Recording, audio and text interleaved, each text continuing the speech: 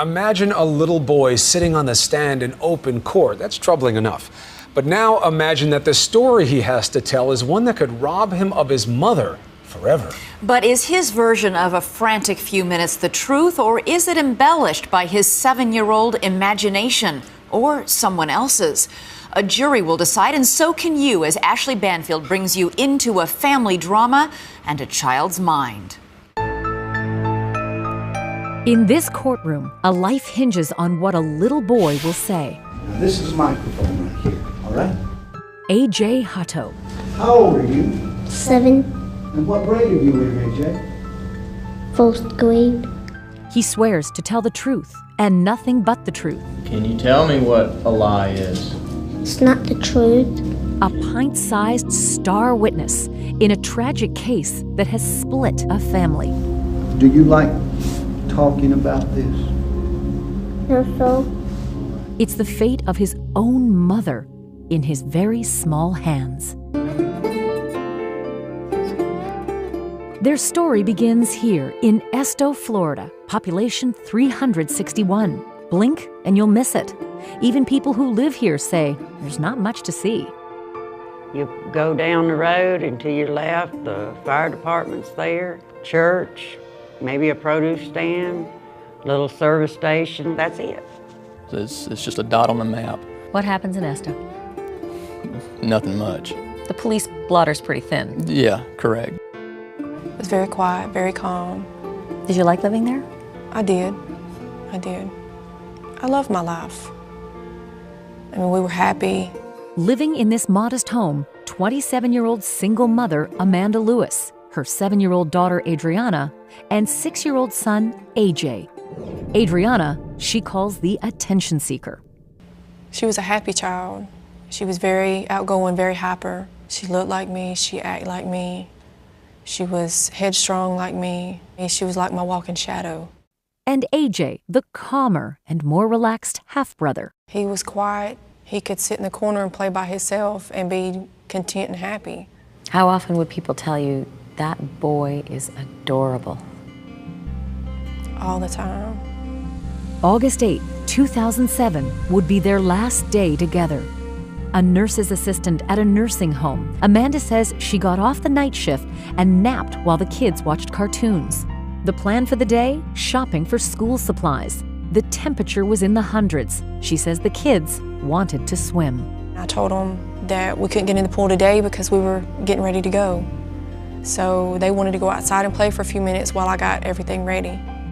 Outside in the yard sat this above-ground pool, 18 feet across, 4 feet deep. Without supervision, it was off limits to the kids, with the pool ladder locked in the shed.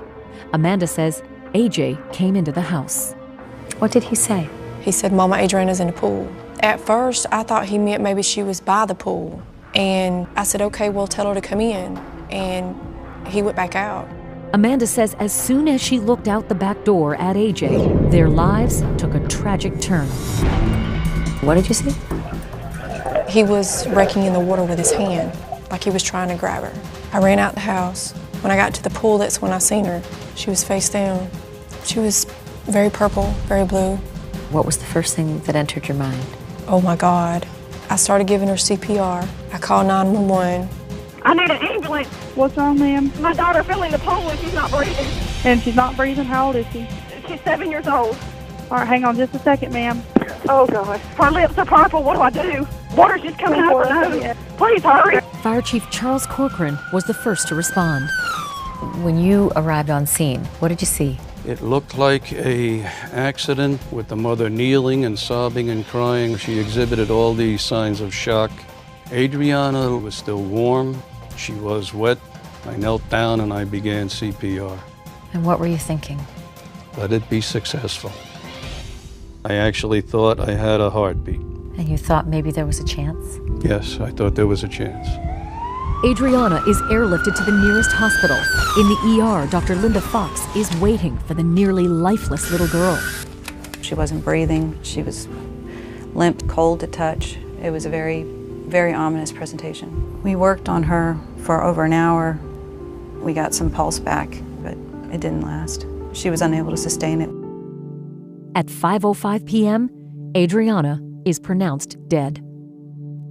The doctors ultimately told you that Adriana had died. What was your reaction? Shock. Very much in shock. I literally got sick on my stomach. I brushed her hair. I kissed her. I hugged her. I touched her because I knew that it'd be the last time. The last time I'd see her.